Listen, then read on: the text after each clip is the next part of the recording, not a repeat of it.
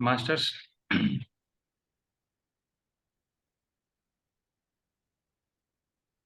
ನಮಗೆ 108 ಮೆಥಡ್ಗಳಿದೆ ಧ್ಯಾನದಲ್ಲಿ. ಅದನ್ನ ಹೇಳಿದವರು ಓಶೋ ರಜನೀಶ್. 108 ಟೈಪ್ಸ್ ಅವ್ರು ಹೇಳರು. ನನ್ನ ಹತ್ರ 108 ತರ ಹುಚ್ಚರು ಬರ್ತಾರೆ. ಆ 108 ಜನಕ್ಕೆ 108 ಪದ್ಧತಿಗಳು ಹೇಳ್ತೀನಿ. ಅಂತ ಹುಚ್ಚರಿಗೆ ಒಂದೊಂದ್ ತರ ಪದ್ಧತಿ. ಬಟ್ ಸರಿಯಾದ ಧ್ಯಾನ ಯಾವ್ದಂದ್ರೆ ಆನಾಪಾನಸತಿ ಅಂತ ಅವರೇ ಹೇಳಿದ್ದಾರೆ. ಅವ್ರು ಹೇಳ್ಬಿಟ್ಟು ಕೂಡ. ಸೊ ಏನಾಗುತ್ತೆ ನೀವು ಈ ಆನಾಪಾನಸತಿ ಮಾಡಿಲ್ಲ ಅಂದ್ರೆ ಏನಾಗುತ್ತೆ, ಬೇರೆ ಧ್ಯಾನ ಮಾಡಿದಾಗ ಏನಾಗುತ್ತೆ ಅಂತ ರೀಸನ್ ಏನಂದ್ರೆ, ಮನುಷ್ಯನ ದೊಡ್ಡ ಅಜ್ಞಾನ ಏನಂತಂದ್ರೆ ಅವನ್ನ ನಾವು ನಂಬಲ್ಲ, ಬೇರೆಯವ್ರನ್ನ ನಂಬ್ತಾನೆ. ಹೋಗ್ಲಿ, ಮನುಷ್ಯ ಏನ್ ಮಾಡ್ತಾನೆ, ಅವನ್ನ ನಂಬಲ್ಲ.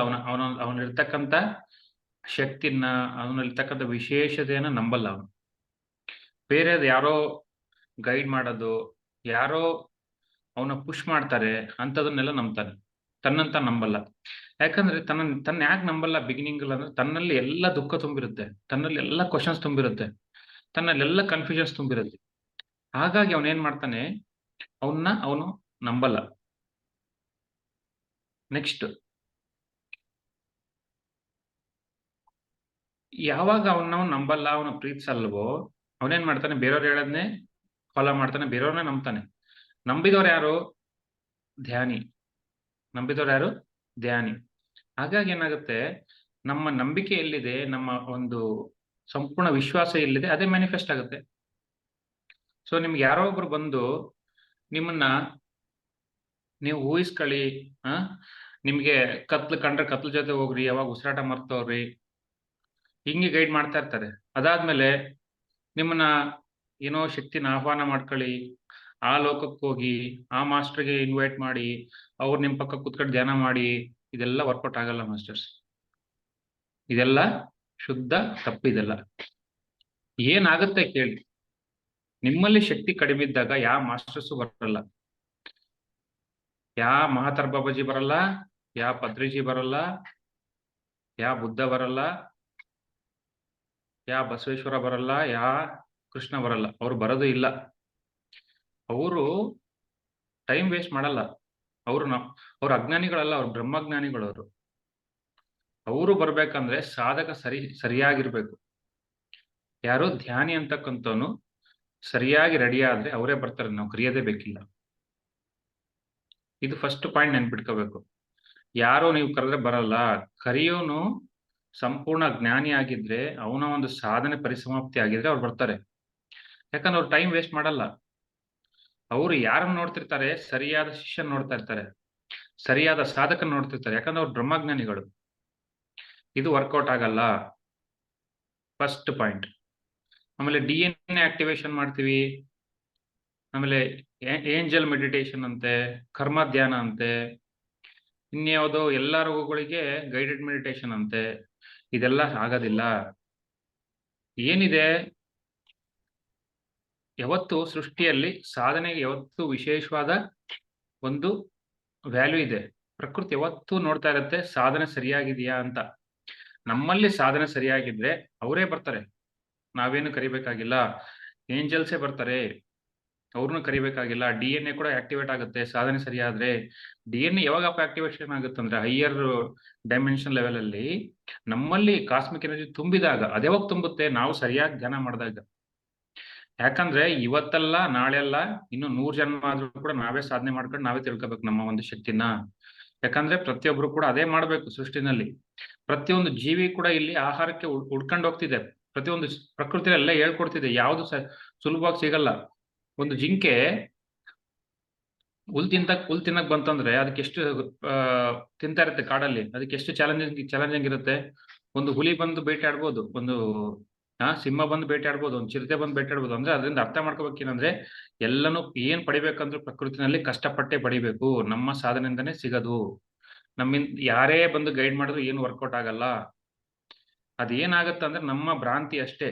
ಯಾರೋ ಬಂದ್ರು ಕುತ್ಕೊಂಡ್ರು, ಅವ್ರು ಗೈಡ್ ಮಾಡಿದ್ರು, ಇವೆಲ್ಲ ಆಗೋದಿಲ್ಲ. ಅದೆಲ್ಲ ಭ್ರಮೆ. ಅದು ಅವೆಲ್ಲ ಏನ್ ಮಾಡ್ತಾವಂದ್ರೆ, ಈ ಡೆಮೋನ್ಸ್ ಅಂತ ಹೇಳ್ತಾರೆ, ಅಂದ್ರೆ ಲೋ ಎನರ್ಜಿ ಸೋಲ್ಸ್ ಬಂದು ನಮ್ ಜೊತೆ ಆಟಾಡ್ತವೆ. ಇದು ಯಾರಿಗ್ ಗೊತ್ತಾಗಲ್ಲ. ಆಧ್ಯಾತ್ಮಿಕ ಅಂತಕ್ಕಂಥದ್ದು ಮಹಾ ಒಂದು ಶಾಸ್ತ್ರ, ಇದು ದೊಡ್ಡ ಶಾಸ್ತ್ರ. ಅದು ಈ ಶಾಸ್ತ್ರನ ಸರಿಯಾಗಿ ಅರ್ಥ ಮಾಡ್ಕೋಬೇಕು. ಇದು ಶಾಸ್ತ್ರ, ಇದು ನಮಗೆ ಏನಂದ್ರೆ ಬರೀ ಫಿಸಿಕಲ್ ಸೈನ್ಸ್ ಬಗ್ಗೆ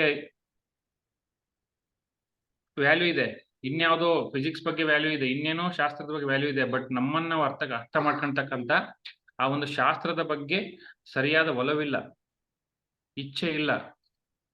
ಯಾಕಂದ್ರೆ ನಾವು ಮಾಯನೇ ಸರಿ ನಿಜ ಅನ್ಕೊಂಡಿದೀವಿ.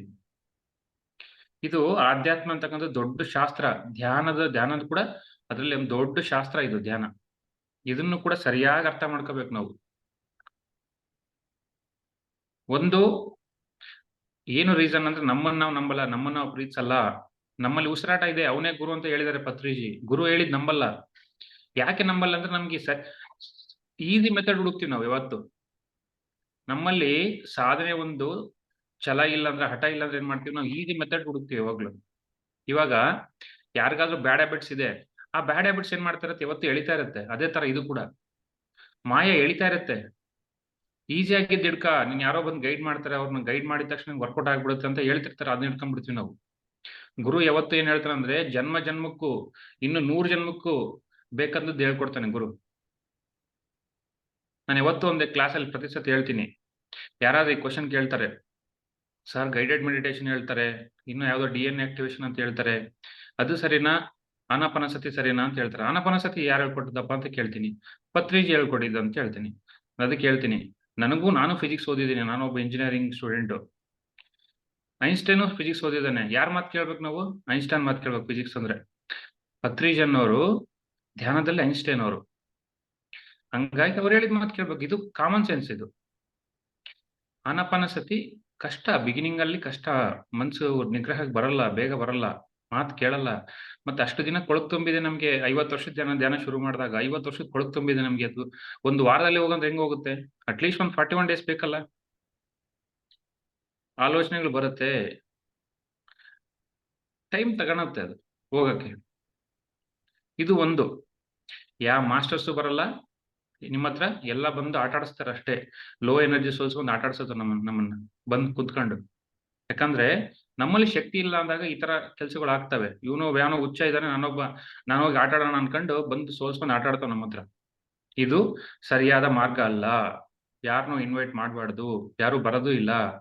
ನೀವ್ ಯಾರನ್ನೂ ಇನ್ವೈಟ್ ಮಾಡೋ ಅವಶ್ಯಕತೆ ಇಲ್ಲ. ನೀವು ಸರಿಯಾಗಿ ಧ್ಯಾನ ಮಾಡಿದ್ರೆ, ಸರಿಯಾಗಿ ಕುಂತು ಹಠಪಟ್ಟು ಉಸಿರಾಟದ ಕಡೆ ಗಮನ ಕೊಟ್ಟು ಗಂಟೆಗಟ್ಲೆ ಸಾಧನೆ ಮಾಡಿದ್ರೆ ಅವರೇ ಬಂದು ಕುತ್ಕೊಂತಾರೆ ನಿಮ್ಮ ಹತ್ರ.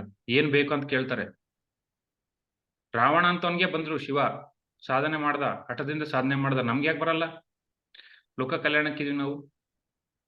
ಅಂದ್ರೆ ಮಾಸ್ಟರ್ಸ್ ಯಾವಾಗ ಬರ್ತಾರ ಅಂದ್ರೆ, ನಾವು ಸಾಧನೆ ಸರಿಯಾಗಿ ಮಾಡಿದಾಗ, ಗಟ್ಟಿಯಾಗಿ ಇಟ್ಕೊಂಡಾಗ, ಅಲ್ಲೇ ತನಕ ಮಾಸ್ಟರ್ಸ್ ಯಾರು ಬರಕ್ ಸಾಧ್ಯ ಇಲ್ಲ, ಬರೋದು ಇಲ್ಲ. ಇನ್ನ ಬೇರೆ ಯಾವ ಧ್ಯಾನಗಳಿಲ್ಲ. ನನಗ್ ಗೊತ್ತು, ನಾನು 3 ಜನ್ಮ 4 ಜನ್ಮದಿಂದ ಕಾಯ್ತಾ ಇದ್ದೀನಿ ಪ್ರಚಾರಕ್ಕೋಸ್ಕರ. ನನಗೆ ಗೊತ್ತು ಓದೋ ಜನ್ಮಗಳಲ್ಲಿ ಏನಂತ ಒಂದು ತಪ್ಪು ಮಾಡಿದಾಕ ಏನೇನು ನಷ್ಟ ಅನುಭವಿಸಿದೀನಿ ಅಂತ. ಪತ್ರಿಜಿನ ನಾನು ವೇಟ್ ಮಾಡಿದ್ 3 ಜನ್ಮ ವೇಟ್ ಮಾಡಿದ್ದೀನಿ ಪತ್ರಿಜಿ ಬೇಕಂತ. ನಾನು ಇಷ್ಟಿರುತ್ತೆ. ಒಂದು ಸಣ್ಣ ತಪ್ಪು ಮಾಡಿದ್ರೆ ಜನ್ಮಗಳು ವ್ಯರ್ಥ ಆಗ್ತಾವ ಮಾಸ್ಟರ್ಸ್. ಆಧ್ಯಾತ್ಮ ತುಂಬಾ ಕಠಿಣ, ಅದನ್ನ ಸುಲಭವಾಗಿ ಮಾಡಿದ್ದಾರೆ ಪತ್ರಿಜಿ ಅವರು. ಅದನ್ನ ನಾವು ಬೇರೆ ದಾರಿ ಹೋಗ್ಬಾರ್ದು. ಆನಾಪಾನಸತಿ ಅವ್ರು ಹೇಳಿದ್ದಾರೆ, ಯಾವತ್ತು ಅವ್ರ ಬಾಯಲ್ಲಿ ಬೇರೆ ಯಾವ ಧ್ಯಾನ ಬಂದಿಲ್ಲ, ಬೇರೆ ಬೇರೆ ಧ್ಯಾನಗಳಿಲ್ಲ, ಬೇರೆ ಬೇರೆ ಮಾರ್ಗ ಇಲ್ಲ, ಇರೋದೊಂದೇ ಆನಾಪಾನಸತಿ ಅಂತ ಹೇಳಿದ್ದಾರೆ. ಇಷ್ಟು ಸುಲಭವಾಗಿ ಹೇಳಿದ್ದಾರೆ. ಯಾಕೆ ಹೇಳಿದಾರೆ ಅಂದ್ರೆ, ಅದರಿಂದ ಬೆಟ್ಟದಂತ ಒಂದು ಬೆಳೆದಷ್ಟು ಒಂದು ರೀಸನ್ ಇದೆ, ಅಷ್ಟು ದೊಡ್ಡ ರೀಸನ್ ಇದೆ ಅದರಿಂದ. ಬುದ್ಧ 5 ವರ್ಷ ಅಲಿತಾನೆ, 5 ವರ್ಷ ರಾಜ ಬುದ್ಧ. ಅರಮನೆ ಇಂದ ಹೊರಗೆ ಹೋಗಿ 5 ವರ್ಷ ಅಲಿತಾನೆ. ಯಾಕೆ ಅಲಿತಾನೆ? ಆನಾಪಾನಸತಿಗೋಸ್ಕರ ಅಲಿತಾನೆ, ಬೇರೆ ಏನಲ್ಲ. ಆನಾಪಾನಸತಿಯಿಂದ ಅವ್ನಿಗೆ ಜ್ಞಾನೋದಯ ಆಗುತ್ತೆ. 5 ವರ್ಷ ವೇಟ್ ಮಾಡ್ತಾನೆ. ಅವನಿಗೆ ಒಂದು ಧ್ಯಾನ, ನಮಗೊಂದು ಧ್ಯಾನ ಇರಕ್ ಸಾಧ್ಯ ಇಲ್ಲ. ಸತ್ಯ ಒಂದೇ.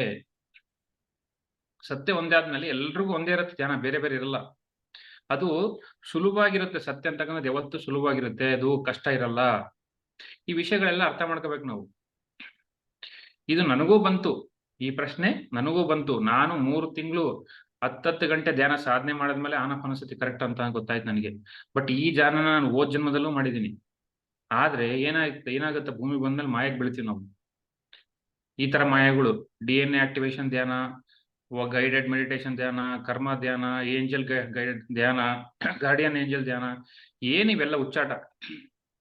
ಪತ್ರಿಜಿ ಅವ್ರು ಏನ್ ಹೇಳೋರು, PSSM ಅಂತಂದ್ರೆ ಮಸಾಲ ಅಂತ ಹೇಳೋರು. ಅಂದ್ರೆ ಇವೆಲ್ಲ ಇರ್ತವೆ ಮಾಸ್ಟರ್ಸ್, ಎಲ್ಲ ಕನ್ಫ್ಯೂಷನ್ಸ್ ಮಾಡ್ತಾ ಇರ್ತಾರೆ. ನಾವು ಸರಿಯಾಗಿ ಅರ್ಥ ಮಾಡ್ಕೋಬೇಕು, ಗುರುನ ಅರ್ಥ ಮಾಡ್ಕೋಬೇಕು. ಗುರುನ ಅರ್ಥ ಮಾಡ್ಕೊಂಡ್ರೆ ಬೇರೆ ಏನು ಅರ್ಥ ಮಾಡ್ಕೋಬೇಕಾಗಿಲ್ಲ.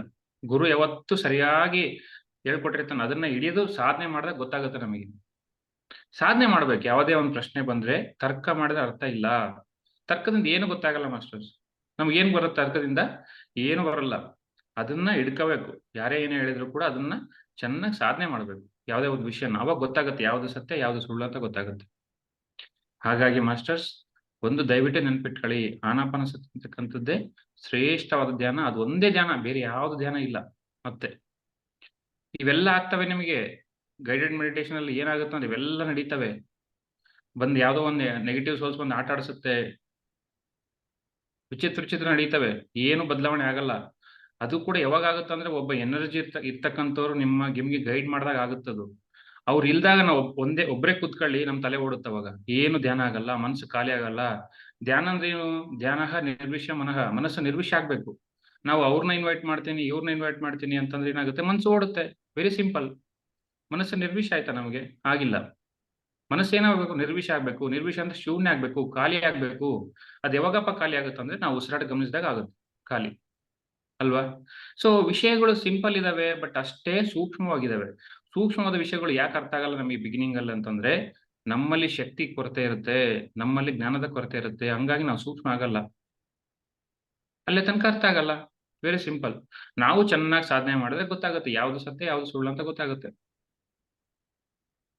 ಸೊ ಬೇರೆ ಬೇರೆ ಧ್ಯಾನಗಳಿಲ್ಲ. ಪತ್ರಿಜಿ ಅವ್ರು ಯಾವತ್ತೇ ಹೇಳ್ಬಿಟ್ಟಿದ್ದಾರೆ, ಬೇರೆ ಬೇರೆ ಎನ್ಲೈಟನ್ ಆದ ತಕ್ಷಣ ಅವ್ರು ಹೇಳಿದ್ದಿದೆ, ಬೇರೆ ಬೇರೆ ಧ್ಯಾನಗಳಿಲ್ಲ, ಬೇರೆ ಬೇರೆ ಮಾರ್ಗಗಳಿಲ್ಲ, ಬೇರೆ ಬೇರೆ ತಂತ್ರಗಳಿಲ್ಲ, ಇರೋದೊಂದೇ ಒಂದೇ ಆನಾಪಾನಸತಿ. ಯಾವತ್ತು ಗುರು ಎಚ್ಚರ ಮಾಡ್ತಿರ್ತಾನೆ, ಅದನ್ನ ನಾವು ಅರ್ಥ ಮಾಡ್ಕೋಬೇಕು. ಜನ್ಮಗಳು ವ್ಯರ್ಥ ಮಾಡ್ಕೊಂತಾರೆ. ಮೊನ್ನೆ ಒಂದು ಬಸವಣ್ಣವ್ರ ವಚನ ಹೇಳಿದ್ರಲ್ಲ, ಗುರು ಹೇಳಿದ ತರ ನಡಿಬೇಕು. ಗುರು ಎಷ್ಟೋ ಜನ್ಮದ ಸಾಧನೆ, ಎಷ್ಟೋ ಈ ಜನ್ಮದ ಎಷ್ಟೋ ಒಂದು ಜ್ಞಾನದಿಂದ ಹೇಳಿರ್ತಾನೆ ಅದನ್ನೆಲ್ಲ. ಅದರಿಂದ ಎಷ್ಟೋ ಬೆಟ್ಟದಂತ ಒಂದು ಸತ್ಯ ಅಡಗಿರುತ್ತೆ. ಅದನ್ನ ನಾವು ಸಾಧನೆ ಮಾಡಿದಾಗ ಗೊತ್ತಾಗುತ್ತೆ. ಮತ್ತೆ ಬೇರೆ ಏನು ಮಾಡ್ಬೇಕಾಗಿಲ್ಲ, ಆನಾಪಾನಸತಿನೇ ಮಾಡ್ಬೇಕು. ಸಾಧನೆ ಮಾಡ್ಬೇಕು. ಇದೆ ನಮ್ಮಲ್ಲಿ ಸಾಧನೆ ಯಾವಾಗ ಜಾಸ್ತಿ ಆಗುತ್ತೆ, ಪರಿಪೂರ್ಣ ಆಗುತ್ತೆ, ಆಟೋಮೆಟಿಕ್ ನಮ್ಗೆಲ್ಲ ಗೊತ್ತಾಗ್ತವೆ, ಇವೆಲ್ಲ ಗೊತ್ತಾಗ್ತವೆ. ಆನಾಪಾನಸತಿನೇ ಕರೆಕ್ಟ್ ಅಂತ ಗೊತ್ತಾಯ್ತು ನನಗೆ. 3 ತಿಂಗಳು 10 ಅವರ್ಸ್ ಧ್ಯಾನ ಮಾಡಿದಾಗ ಅದೇ ಸರಿ ಅಂತ ಗೊತ್ತಾಯ್ತು ನನಗೆ, ಬೇರೆ ಏನು ಬೇಕಾಗಿಲ್ಲ ಅಂತ. ಈ ತರ ಸಾಧನೆ ಮಾಡಿದಾಗ ಬೇರೆ ಏನು ಮಾಡಕ್ ಬೇಕಾಗಿ ಗೊತ್ತಾಗ್ಬಿಡೋದೆಲ್ಲ. ಗೊತ್ತಾಗತ್ತೆ ನಮ್ಗೆ ಯಾವ್ದು ಸರಿ ಯಾವ್ದು ತಪ್ಪು ಅಂತ. ಅವಾಗ ಅದನ್ನ ಹಿಡ್ಕೋಬೇಕು. ಆಮೇಲೆ ಪ್ರಕೃತಿ ಸಿದ್ಧವಾಗಿ ಸಹಜವಾಗಿದೆ ವಿಷಯ. ಅದನ್ನ ಮತ್ತೆ ಕಾಂಪ್ಲೆಕ್ಸ್ ಮಾಡ್ತೀವಿ. ಯಾಕೆ ಕಾಂಪ್ಲೆಕ್ಸ್ ಮಾಡ್ತೀವಿ ಅಂದ್ರೆ ನಮ್ಮಲ್ಲಿ ಅಜ್ಞಾನ ಇರುತ್ತೆ, ಮತ್ತೇನೋ ಹುಡುಕ್ತಿರ್ತೀವಿ, ಇನ್ನೂ ಮಾಯ ಹೋಗಿರಲ್ಲ ನಮ್ಗೆ. ನೋಡಿ, ನಿಮ್ಮಲ್ಲೇ ಗುರು ಇದ್ದಾನೆ, ಅದನ್ನೇ ಗಮನಿಸಿ ಅಂತ ಹೇಳ್ತಾರೆ ಪತ್ರಿಜಿ ಅವರು. ಯಾಕಂದ್ರೆ ನೋಡಿ, ಸುಲಭವಾಗಿದೆ. ಅದು ನಮ್ಮಲ್ಲಿ ಯಾವತ್ತೂ ಇರುತ್ತೆ. ನೋಡಿ, ಪ್ರಕೃತಿ ಯಾವತ್ತೂ ಆ ಒಂದು ವಿಷಯನ್ನ ನಮ್ಮಲ್ಲೇ ಕೊಟ್ಟಿರುತ್ತೆ. ಅದು ಕಠಿಣ ಮಾಡಕ್ ಸಾಧ್ಯನಿಲ್ಲ. ಪ್ರಕೃತಿ ಯಾವತ್ತೂ ಎಲ್ಲ ಕೊಟ್ಟಿರುತ್ತೆ ನಮ್ಗೆ, ಪ್ರತಿಯೊಬ್ಬನಿಗೂ ಕೊಟ್ಟಿರುತ್ತೆ. ಆ ವಿಷಯ ಅರ್ಥ ಮಾಡ್ಕೋಬೇಕಷ್ಟೇ. ನಾವು ಮಾಡ್ತಿರೋ ತಪ್ಪು ಏನಂದ್ರೆ ನಮ್ಮಲ್ಲಿ ನಾವು ಹೋಗ್ತಾ ಇಲ್ಲ, ನಮ್ಮೊಳಗೆ ನಾವು ಹೋಗ್ತಿಲ್ಲ. ರಮಣ ಮಹರ್ಷಿ ಹತ್ರ ಹೋದ್ರೆ ಹೇಳ್ತಾರೆ, ಬುದ್ಧನ ಹತ್ರ ಹೋದ್ರೆ ಹೇಳ್ತಾರೆ, ನೀವು ಯಾವ ಒಂದು ಗ್ರಂಥನ ಓಪನ್ ಮಾಡಿ ನಿನ್ನೊಳಗೆ ನೀನು ಹೋಗಂತ ಹೇಳ್ತಾರೆ. ಬೇರೆ ಕಡೆ ಹೋಗಂತ ಯಾರು ಹೇಳಲ್ಲ. ಆಧ್ಯಾತ್ಮ ಅಂದ್ರೇನು? ನಮ್ಮ ಒಂದು ವಿಷಯನೇ ತಿಳ್ಕೋಬೇಕು. ಆತ್ಮದ ಒಂದು ಪಯಣ ತಿಳ್ಕೊಳ್ಳೋದೇ ಆಧ್ಯಾತ್ಮ. ಆತ್ಮದ ಪಯಣ ಅಂದ್ರೇನು? ನಮ್ಮೊಳಗೆ ನಾವು ಹೋಗೋದು. ನಾನು ಆ ಮಾಸ್ಟರ್ ಇನ್ವೈಟ್ ಮಾಡ್ತೀನಿ, ಈ ಮಾಸ್ಟರ್ ಇನ್ವೈಟ್ ಮಾಡ್ತೀನಿ ಅಂದ್ರೆ ಏನಾಗುತ್ತೆ? ಮತ್ತೆ ಬೇರೆ ಕಡೆ ಹೋಗ್ತಿದ್ವಿ, ನಮ್ ಜೊತೆ ನಾವಿಲ್ಲ ಅಂತ ಅರ್ಥ. Very simple. ನೋಡಿ, ಇಷ್ಟು ಸುಲಭವಾಗಿದೆ, ಸೂಕ್ಷ್ಮವಾಗಿದೆ ಅಷ್ಟೇ. ಮನಸ್ಸಲ್ಲಿ ನೂರಾರು ಆಲೋಚನೆಗಳಿದ್ದಾಗ ವಿಚಿತ್ರ ಕ್ವಶನ್ಸ್ ಇದ್ದಾಗ ಏನಾಗುತ್ತೆ? ಏನು ಅರ್ಥ ಆಗಲ್ಲ ನಮಗೆ. ಕುತ್ಕೋಬೇಕು. ನಾವು ಕುಂತ್ಕೊಂಡು ಯಾರು ದೊಡ್ಡವ್ರು ಹೇಳಿದ್ದಾರೆ, ಗುರುಗಳು ಹೇಳಿದಾರೆ, ಓಕೆ ನಾವು ಮಾಡೋಣ. ಅವ್ರು ಏನ್ ಹೇಳಿದಾರೆ ಸಾಧನೆ ಮಾಡೋಣ. ಒಂದ್ ಸ್ವಲ್ಪ ದಿನ ಕುತ್ಕೊಳ್ಳೋಣ, ನಾವು ನೋಡೋಣ ಏನ್ ನಾನು ಅದೇ ಮಾಡಿದ್ದು. 3 ತಿಂಗಳು ಮಾಡಿದೆ ನಾನು, ಗೊತ್ತಾಯ್ತು ನನಗೆ. ಅದಾದ್ಮೇಲೆ ನನ್ಗೆ ಏನೇನೋ ಪ್ರಶ್ನೆ ಬರ್ಲಿಲ್ಲ, ಯಾರ ಹತ್ರ ಹೋಗ್ಲಿಲ್ಲ. ಪತ್ರಿಜಿ ಅವ್ರ ಪಾದದ ಅಡಿನಲ್ಲೇ ಇದ್ದೀನಿ ನಾನು ಇವತ್ತಿಗೂ ಕೂಡ. ಅವ್ರು ಏನ್ ಹೇಳ್ತಾರೆ ಅದೇ ಮಾಡೋದು ನಾನು, ಬೇರೆ ಏನು ಮಾಡಲ್ಲ. ಯಾಕಂದ್ರೆ ಅವ್ರು ಹೇಳಿದ್ರಲ್ಲಿ ಎಷ್ಟೋ ಅರ್ಥ ಇರುತ್ತೆ. ಬ್ರಹ್ಮಜ್ಞಾನಿಗಳು ಅವರೆಲ್ಲ, ಎಲ್ಲ ಗೊತ್ತು ಅವ್ರಿಗೆ. ಪ್ರತಿಯೊಂದು ಮಾತಲ್ಲೂ ಪದದಲ್ಲೂ ಎಷ್ಟೋ ಜ್ಞಾನ ಇರುತ್ತೆ ಅವರಲ್ಲಿ. ಅದನ್ನೇ ಮಾಡ್ಬೇಕು ನಾವು. ಅದು ನಾವು ಗುರು ಯಾವತ್ತು ಎಲ್ಲ ಹೇಳಲ್ಲ. ಬ್ರಹ್ಮಜ್ಞಾನಿಗಳು ಎಲ್ಲ ಬಿಡಿಸಿ ಹೇಳಲ್ಲ, ಸೂಕ್ಷ್ಮವಾಗಿ ಹೇಳ್ತಾರೆ ಅಷ್ಟೇ. ಒಂದು ಪದದಲ್ಲಿ ಹೇಳ್ತಾರೆ, ಆ ಪದ ಹಿಡ್ಕೋಬೇಕು, ಸಾಧನೆ ಮಾಡ್ಬೇಕು, ಅವಾಗೆಲ್ಲ ಗೊತ್ತಾಗುತ್ತೆ. ಯಾಕೆ ಹೇಳಲ್ಲ ಅಂತಂದ್ರೆ ಅವನು ಸಾಧನೆ ಮಾಡಲ್ಲ ಅಂತ ಅರ್ಥ. ಅದಕ್ಕೆ ಹೇಳಲ್ಲ ಅವರು, ನೀನು ಸಾಧನೆ ಮಾಡು, ನಾನೇನೋ ನಿನಗೊಂದು ಹಿಂಟ್ ಕೊಡ್ತೀನಿ ಅಷ್ಟೇ, ನೀನ್ ಹಿಡ್ಕೊಂಡು ಸಾಧನೆ ಮಾಡು, ನಿನ್ಗೆ ಗೊತ್ತಾಗುತ್ತೆ ಅಂತ ಹೇಳ್ತಾರೆ ಅಷ್ಟೇ. ಯಾಕಂದ್ರೆ ಇವ್ನು ಸಾಧನೆ ಮಾಡಿದ್ರೆ ಏನ್ ಮಾಡ್ತಾನೆ, ಮತ್ತೆ ಮುಂದಿನ ಜನ್ಮ ಬರ್ತಾನೆ, ಮತ್ತೆ ತಪ್ಪು ಮಾಡ್ತಾನೆ ಈ ಜನ್ಮ, ಮತ್ತೆ ಬೇರೆ ಬೇರೆ ಕೆಲಸಗಳು ಮಾಡ್ತಾನೆ. ಅದಾಗ್ಬಾರ್ದಂತ ಗುರುಗೆ ಒಂದು ಕರುಣೆ, ಮಹಾ ಕರುಣೆ ಇರುತ್ತೆ ಗುರುಗೆ.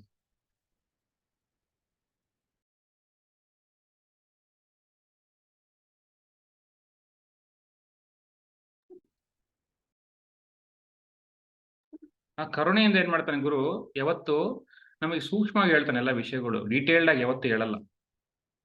ಯಾಕಂದ್ರೆ ಅವನಿಗೆ ಎಲ್ಲರೂ ಸಮವಾಗಿ ಕಾಣ್ತಾರೆ ಗುರುಗೆ. ಗುರುಗೆ ಯಾರು ಕಡಿಮೆ ಯಾರು ಹೆಚ್ಚು ಕಾಣಲ್ಲ, ಎಲ್ಲರಲ್ಲೂ ಕೂಡ ದೈವತ್ವ ಕಾಣ್ತಾನೆ, ಎಲ್ಲರ ಹತ್ರ ಕೂಡ ಆ ಬ್ರಹ್ಮಜ್ಞಾನವನ್ನು ಸಾಧನೆ ಮಾಡ್ತಕ್ಕಂಥ ಒಂದು ಶಕ್ತಿಯನ್ನ ಕಾಣ್ತಾನೆ ಗುರು. ಹಂಗಾಗಿ ಗುರು ಯಾವತ್ತು ಹಿಂಟ್ ಕೊಡ್ತಾನೆ ಅಷ್ಟೇ, ಡೀಟೇಲ್ಡ್ ಆಗಿ ಹೇಳಲ್ಲ. ಅದನ್ನ ನಾವ್ ಹಿಡ್ಕೊಂಡು ಸಾಧನೆ ಮಾಡ್ಬೇಕು. ಸೊ ಮಾಸ್ಟರ್ಸ್, ಯಾವತ್ತೂ ವಿಷಯನ ಚೆನ್ನಾಗಿ ನೆನ್ಪಿಟ್ಕೊಳ್ಳಿ. ವಿಷಯಗಳು ಆಧ್ಯಾತ್ಮ ಅಷ್ಟೇ ಸರಳ, ಅಷ್ಟೇ ಕಠಿಣ, ಅಷ್ಟೇ ಒಂದು ದೊಡ್ಡ ವಿಷಯ. ಇದು ಸಣ್ಣ ವಿಷಯ ಅಲ್ಲ. ಇದನ್ನ ಸಾಧನೆ ಮಾಡಿದ್ರೆ ಅರ್ಥ ಆಗುತ್ತೆ ಎಲ್ಲ ವಿಷಯಗಳು. ನಾವು ಫಸ್ಟಿಗೆ ಬಂದಾಗ ಯಾಕೆ ಎಲ್ಲ ಹೇಳಲ್ಲ ಅಂದ್ರೆ ಕನ್ಫ್ಯೂಸ್ ಆಗ್ತಾರಂತ. ಕನ್ಫ್ಯೂಷನ್ ನ ದೂರ ಮಾಡ್ಬೇಕು. ಕನ್ಫ್ಯೂಷನ್ ಮತ್ತೆ ಕ್ರಿಯೇಟ್ ಮಾಡಬಾರ್ದು, ಮತ್ತೆ ಕ್ವಶನ್ಸ್ ಜಾಸ್ತಿ ಮಾಡಬಾರ್ದು ಅಲ್ವಾ. ಕ್ವಶನ್ಸ್ ಜಾಸ್ತಿ ಮಾಡಿದ್ರೆ ಏನಾಗುತ್ತೆ ನಮಗೆ, ಮತ್ತೆ ನಾವು ಮಾಯಕ್ಕೆ ಬೀಳ್ತೀವಿ, ಮತ್ತೆ ಟೈಮ್ ವೇಸ್ಟ್ ಮಾಡ್ತೀವಿ, ಮತ್ತೆ ಅನಾರೋಗ್ಯಕ್ಕೀಡಾಗ್ತೀವಿ, ಮತ್ತೆ ಮನಸ್ಸು ಓಡುತ್ತೆ, ಮತ್ತೆ ದುಃಖಕ್ಕೀಡಾಗ್ತೀವಿ. ಹಾಗಾಗಿ ಸರಳವಾಗಿದೆ ವಿಷಯ, ಸರಳವಾಗೇ ಹೇಳ್ಬೇಕು, ಜಾಸ್ತಿ ಹೇಳ್ಬಾರ್ದು. ಪತ್ರಿಜಿಯವ್ರು ಅದೇ ಮಾಡ್ತಿದ್ರು. ಯಾವಾಗ ಹೇಳ್ಬೇಕು, ಬುಕ್ ಅವ್ರು ಏನ್ ಯಾವತ್ತೇ ನೋಡಿ, ಯಾವತ್ತು ಪತ್ರಿಜಿಯವ್ರು ಏನ್ ಯಾವತ್ತು ಅವ್ರ ಟೀಚಿಂಗ್ ಅಲ್ಲಿ ಏನಿರೋದು ಅಂದ್ರೆ ಸಾಧನೆನೇ ಇರೋದು. ಅವ್ರು ಏನಾದ್ರು ಜಾಸ್ತಿ ಕ್ವಶನ್ ಕೇಳಿದ್ರೆ ಬುಕ್ಸ್ ಓದು ಅಂತ ಹೇಳೋರು, ಸ್ವಲ್ಪ ಹೇಳೋರು. ಜಾಸ್ತಿ ಪ್ರಶ್ನೆ ಕೇಳಿದ್ರೆ ಧ್ಯಾನ ಮಾಡು, ಸಾಧನೆ ಮಾಡು ಅಂತ ಹೇಳೋರು, ಮೌನವಾಗಿರೋ ಅಂತ ಹೇಳೋರು. ಯಾಕಂದ್ರೆ ನೀನೊಬ್ಬ ಮಾಸ್ಟರ್ ಆಗ್ಬೇಕಲ್ಲ, ನೀನೊಬ್ಬ ಮಾಸ್ಟರ್ ಆಗ್ಬೇಕು, ನಿನ್ನ ಕಾಲ ಮೇಲೆ ನಿಂತ್ಕೋಬೇಕು. ಎಷ್ಟು ದಿನ ನಿನಗೆ ಗೈಡ್ ಮಾಡೋರು ಇರ್ತಾರೆ, ಗೈಡ್ ಮಾಡೋರು. ಗೈಡಿಂಗ್ ಅನ್ನೋದು ಆಧ್ಯಾತ್ಮದಲ್ಲಿ ಅದು ತಪ್ಪು, ಅದು ಸರಿಯಾದ ದಾರಿ ಅಲ್ಲ ಅದು. ಗುರು ಯಾವತ್ತು ಏನ್ ಮಾಡ್ತಾನೆ, ಇವನು ನನ್ನ ಮೀರ್ಸ್ಲಿಪ್ಪ ಅಂತ ಆಶಿಸ್ತಾನೆ ಗುರು. ನಾವು ಸಾಧನೆ ಪರಿಸಮಾಪ್ತಿ ಆದಾಗ ಎಲ್ಲ ವಿಷಯಗಳು ಅರ್ಥ ಆಗ್ತಾವೆ ಮಾಸ್ಟರ್ಸ್, ಎಲ್ಲ ವಿಷಯಗಳು ಅರ್ಥ ಆಗ್ತವೆ. ಗುರು ಪದಗಳು ಅರ್ಥ ಆಗ್ತವೆ, ಅಲ್ಲೇ ತನಕ ಯಾವ್ದು ಅರ್ಥ ಆಗಲ್ಲ, ಸಾಧ್ಯ ಇಲ್ಲ, ಅಸಂಭವ ಅರ್ಥ ಆಗಕ್ಕೆ. ಯಾಕಂದ್ರೆ ಗುರುದು ಎಷ್ಟೋ ಜ್ಞಾನ ಅಡಗಿರುತ್ತೆ ಗುರುನಲ್ಲಿ, ಅವನು ಎಲ್ಲ ಬಿಡಿಸಿ ಬಿಡಿಸಿ ಹೇಳಲ್ಲ. ನಾವು ಸೂಕ್ಷ್ಮವಾಗಿ ಅರ್ಥ ಮಾಡ್ಕೋಬೇಕಷ್ಟೇ. ಹೇಗಪ್ಪ ಅರ್ಥ ಮಾಡ್ಕೊಂತೀವಿ ಅಂತಂದ್ರೆ, ಸಾಧನೆ ಮಾಡಿದಾಗ ಒಂದು ಅವನು ನೋಟದಲ್ಲೇ ಗೊತ್ತಾಗ್ಬಿಡುತ್ತೆ ನಮಗೆ ಅವ್ರು ಏನ್ ಹೇಳ್ತಿದಾರ ಅಂತ. ಅವ್ರ ನೋಟದಲ್ಲೇ ಅರ್ಥ ಆಗ್ಬಿಡುತ್ತೆ, ಏನ್ ಸರಿ ನಾವು ಮಾಡ್ತಿರೋದು ಸರಿ ಇದೆಯಾ, ತಪ್ಪಿದ್ಯಾ, ಎಲ್ಲಿ ಸರಿ ಮಾಡ್ಕೋಬೇಕಂತ. ಅಷ್ಟು ಮಟ್ಟಿಗೆ ಸಾಧನೆ ಮಾಡಿ ಗುರು ಹತ್ರ ನಾವು ಹೋಗ್ಬೇಕು. ಗುರು ಹಂಗಿರ್ತಾನೆ ಇವತ್ತು. ಸೊ ಹಾಗಾಗಿ ಮಾಸ್ಟರ್ಸ್, ದಯವಿಟ್ಟು ಬೇರೆ ಏನು ಕನ್ಫ್ಯೂಷನ್ ಆಗ್ಬೇಕಾಗಿಲ್ಲ. ಆನಾಪಾನಸತಿನೇ ಮಾಡಿ, ಬೇರೆ ಏನು ಮಾಡ್ಬೇಕಾಗಿಲ್ಲ. ಗೊತ್ತಾಗುತ್ತೆ ನಿಮಗೆ, ಸಾಧನೆ ಮಾಡಿ, ಹಿಡ್ಕೊಳ್ಳಿ. ಗುರು ನಿಮ್ಮಲ್ಲೇ ಇದ್ದಾನೆ, ದೂರ ಇಲ್ಲ, ಇಲ್ಲಿ ಕುಂತು ಜಾಗದಲ್ಲೇ ಇದ್ದಾನೆ. ಅವನು ಎಲ್ಲೆಲ್ಲೋ ಹೋಗಿ ಹುಡ್ಬೇಕಾಗಿಲ್ಲ. ನಿಮ್ಗೆ ಯಾರು ಗೈಡೆನ್ಸು ಬೇಕಾಗಿಲ್ಲ, ನಿಮ್ಮಲ್ಲಿ ಇನ್ಯಾರು ಗೈಡೆನ್ಸ್ ಬೇಕು. ಅವನೆಲ್ಲ ಹೇಳ್ಕೊಡ್ತಾನೆ. ಗುರುದೇವೋ ಗುರು ಬ್ರಹ್ಮ ಗುರು ವಿಷ್ಣು ಗುರುದೇವ ಮಹೇಶ್ವರ ಅಂತ ಹೇಳ್ತೀವಿ ನೋಡಿ. ಗುರು ಬ್ರಹ್ಮ ವಿಷ್ಣು ಮಹೇಶ್ವರ, ಎಲ್ಲಾನು ಹೇಳ್ಕೊಡ್ತಾನೆ. ಸೃಷ್ಟಿ ರಹಸ್ಯ ಹೇಳ್ಕೊಡ್ತಾನೆ ಗುರು, ಆ ಉಸಿರಾಟ ಅಂತಕ್ಕಂಥ ಗುರು. ಇದಕ್ಕಿಂತಲೂ ಬೇರೆ ಏನು ಹೆಚ್ಚಿಗೆ ಹೋಗೋದ ಅವಶ್ಯಕತೆ ಇಲ್ಲ. ಸಾಕು, ನಮಗೆ ಇದೇ ಸಾಕು, ಇದೇ ಅಲ್ಟಿಮೇಟ್ ವಿಷಯ. ಆನಾಪಾನಸತಿನೇ ಬೆಟ್ಟದಂತ ಜ್ಞಾನ. ಬುದ್ಧಿಗಿಂತಲೂ ಬೇಕಾ ನಮಗೆ ಹೇಳ್ಕೊಡೋರು, ಪತ್ರಿಜಿಗಿಂತಲೂ ಬೇಕಾ?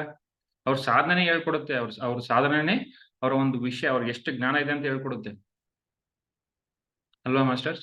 ಸೊ ದಯವಿಟ್ಟು ಯಾರು ಕನ್ಫ್ಯೂಸ್ ಆಗ್ಬೇಡಿ, ಸಾಕು, ಇದೇ ಸಾಕು, ಬೇರೆ ಏನು ಅವಶ್ಯಕತೆ ಇಲ್ಲ. ನೀವು ಸಾಧನೆ ಮಾಡಿ ನೀವು ಅರ್ಥ ಮಾಡ್ಕೊಳ್ಳಿ, ನಾನು ಸಾಧನೆ ಮಾಡಿ ಅರ್ಥ ಮಾಡ್ಕೊಂಡಿದ್ದೀನಿ, ನೀವು ಸಾಧನೆ ಮಾಡಿ ಅರ್ಥ ಮಾಡ್ಕೊಳ್ಳಿ. ಪ್ರತಿಯೊಬ್ರು ಕೂಡ ಪಿರಮಿಡ್ PSS ನಮ್ಮಲ್ಲಿ ಸಾಧನೆ ಮಾಡಿ ಅರ್ಥ ಮಾಡ್ಕೊಂಡವ್ರೆ, ಅವರೇ ಸರಿಯಾದ masters. Okay masters, thank you. Thank you so much.